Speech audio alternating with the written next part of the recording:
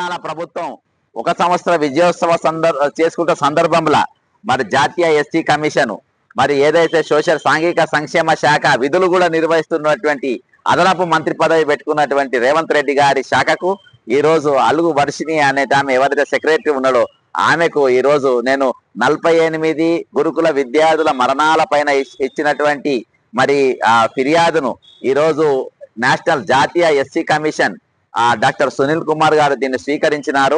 అంతేకాకుండా ఇంతకుముందు నేను చూపించినట్టుగా ఆయనతోని ఈ ఫోటోలన్నీ కూడా నేను చూపించడం జరిగింది. అంతేకాకుండా ముఖ్యంగా ఈ రోజు గురుకుల విద్యార్థులు ఎదుర్కొంటున్న సమస్యల పైన ఈ రోజు దాదాపు 15 పేజీల నివేదిక నేను ఇవ్వడం జరిగింది. The condition of gurukuls and residential education institutes under the Congress regime has become alarming with rise of incidents of negligence, suspicious deaths, food contamination and suicides among students. In just 1 year, 48 student deaths have been reported, including 23 suicides, 8 suspicious fatalities, 4 from food poisoning and 13 due to illness. ఇంతమంది ఇన్ని విధాలుగా బిడ్డలు భారీ భారత పౌరులు చనిపోతా ఉన్నారు. మరి భారీ భారత పౌరులు ఈ రోజు 36 రూపాయల 3 పూటలు మార్నింగ్ బ్రేక్ఫాస్ట్, మధ్యాహ్నం లంచ్, ఈవినింగ్ డిన్నరు, రాగి మాల్ట్ మరియు ఏది బూస్టు మరి స్నాక్స్ ఇన్ని 36 రూపాయలల్లా వంటకు 6 రూపాయలు పోతే 30 రూపాయల ఇన్ని పెట్టాలనంట. మరి రేవంత్ రెడ్డి ఛాయ్ తాగితే ఎంత అవుతుంది? ఆయన కప్పు ఖర్చు ఎంత అవుతుంది?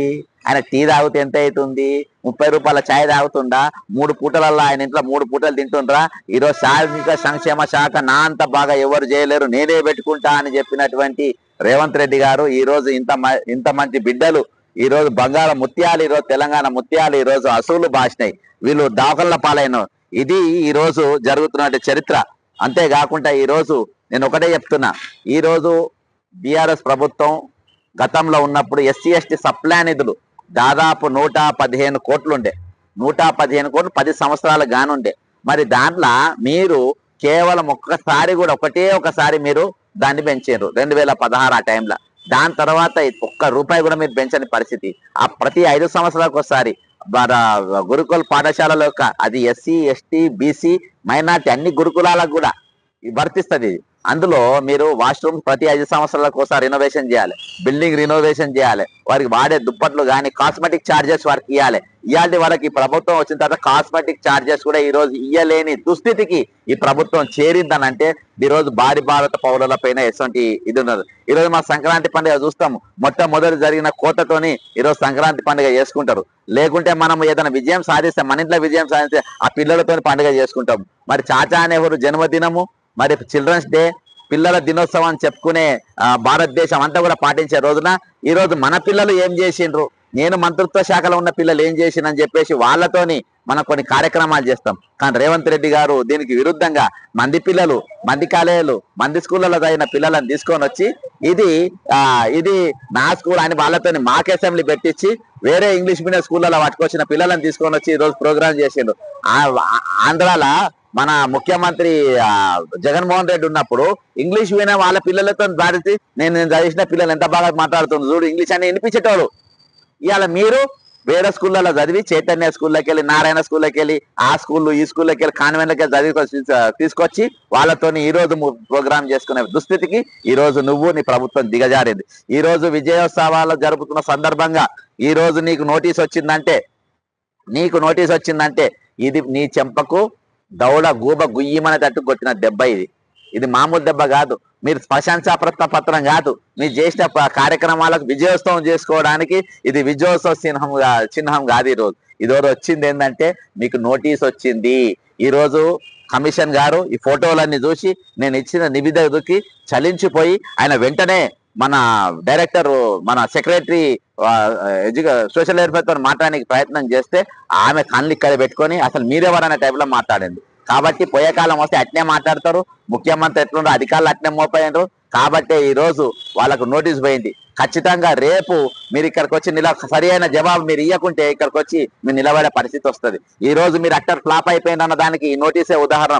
మీరు నిన్నటికెళ్ళి విజయోత్సవాలు మొదలుపెట్టిండ్రు, ఇంటిగ్రేటెడ్ స్కూల్స్ అని చెప్పేసి దుకాణం మొదలుపెట్టిండ్రు. మీకు వచ్చిన ఈ ప్రశంసా పత్రం ఏంటంటే ఈ రోజు నోటీసు.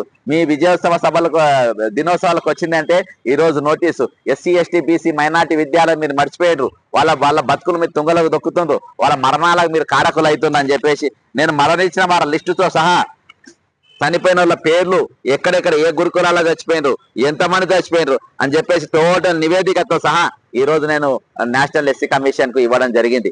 కాబట్టి నేను ఒకటే చెప్తున్నా, ఈ రోజు మీకు ప్రోగ్రెస్ రిపోర్ట్ కాదు వచ్చింది విజయోత్సవాలు చేయడానికి, మీకు నోటీసులు వచ్చినాయి. మీరు విఫలమైపోయిందని చెప్పిండ్రు, మీరు ఫెయిల్ అయిపోయిందని చెప్పిండ్రు, బడుగు జీవుల బతుకులతో మీరు ఆడుకుంటున్నారని చెప్పిండ్రు. ఈ రోజు వీళ్ళ బతుకులు ఆడుకుంటాము, వీళ్ళ బతుకులు మంచిగా చేస్తామని చెప్పి గద్దెనెక్కి మీరు మూసి పక్షాలని అంటారు, ఇల్లు గూల కొడతా అంటారు, నీకు ఇల్లు లేకుండా చేస్తా అంటారు, నీకు జాగా లేకుండా చేస్తా అంటారు, మీరు మంచి బతుకులు బతకనికి వీల్లేదంటారు.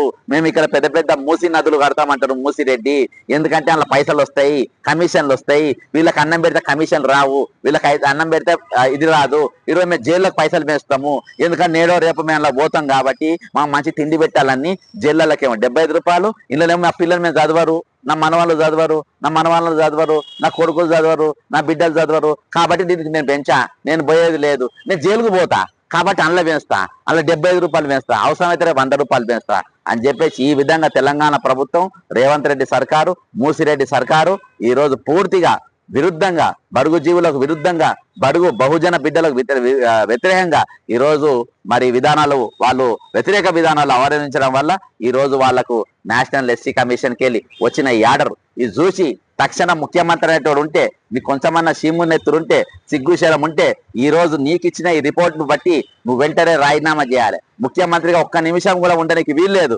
కరెక్ట్ సంవత్సరాల క్రితం చెప్పిన ఈయన ముఖ్యమంత్రి చేస్తే గంగల కలిసిపోతే తెలంగాణ అని చెప్పి, గంగల కాదు మూసీలో కలిసిపోయింది ఈరోజు తెలంగాణ గంగల కలవలే, పవిత్రమైన నీళ్ళలు కలవలే. మూసీరెడ్డి వచ్చినాక తెలంగాణను మూసీలో కలిపేసిండ్రు. కాబట్టి తెలంగాణపై అప్రమత్తంగా ఉండండి. ఖచ్చితంగా ఇప్పటికైనా వీళ్ళ ఛార్జీలు పెంచాలి, రినోవేషన్ చేయాలి, స్టాఫ్ తో కూడా మాట్లాడలే, వాళ్ళ ఎదుర్కొంటున్న ఇబ్బందుల గురించి చర్చించాలని కోరుకుంటూ సెలవు తీసుకుంటున్నా. జై తెలంగాణ, అమరవీరులకు జోహార్.